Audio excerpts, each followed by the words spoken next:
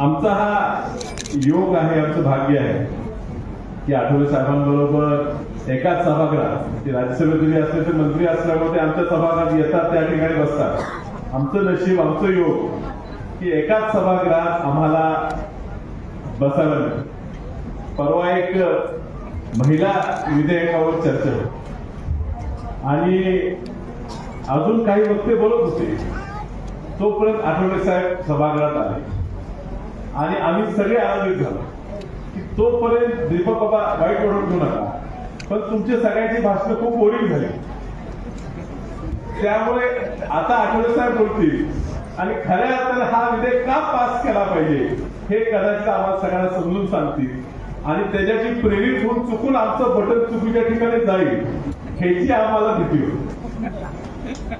आणि साहेब बोलायला उभारला तोपर्यंत मोदी साहेब आल्यामुळे बाकी सगळी भाषणं रद्द झाली आणि त्यामुळे त्यांना त्यावेळेला ह्या विषयावर बोलू दिलं.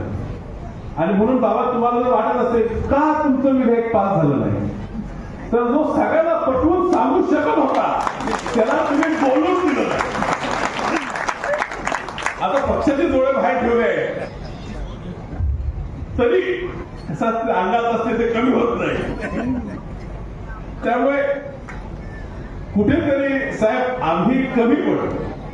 आम्ही म्हणजे आता आम्ही काय खूप लहान होतो, पण आम्ही कमी पडतो. आंबेडकरी चळवळ पुढे नेण्याचं ह्या राज्यात प्रामाणिक, म्हणजे मी नेहमी म्हणतो मी प्रकाश आंबेडकर, बाळासाहेब आंबेडकरांचं खूप कौतुक करतो, पण ते त्या घरातले आहेत आणि स्वाभाविकपणे मी चळवळ पुढे नेली.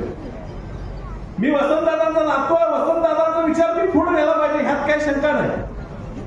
पण वसंतदादांचा विचार, डॉक्टर बाबासाहेब आंबेडकरांचा विचार त्यांच्या घरातला नाही, पण त्यांच्या विचाराशी प्रेरित होऊन जणू का मी त्यांचाच वारस आहे ह्या पद्धतीनं पुढे नेण्याचं काम जर तुम्ही केलं असेल तर ते खासदार साहेबांनी केलं,